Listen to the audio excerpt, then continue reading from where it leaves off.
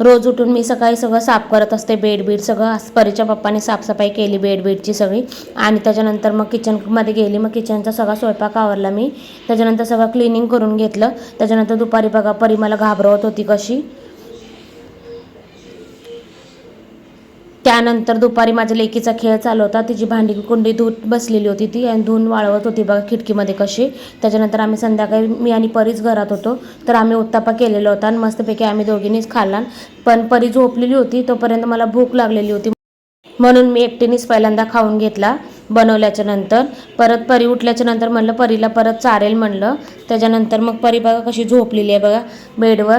दुपारी झोपत नाही, पण संध्याकाळी तिला खूप चांगली झोप येते.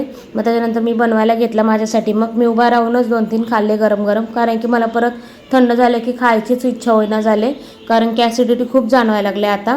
त्याच्यामुळे मी तिथेच उभा राहून खाऊन घेतला उत्तापा बनवतच. त्यानंतर परी उठल्याच्या नंतर ना परीला पण मम्मी मस्त छोटे छोटे 2 डोसे बनवले होते बघा. मग तिला खायचं तर होतं, पण तिला नखरे असतात की त्याच्यामध्ये टॅमॅटो नको, काय नको.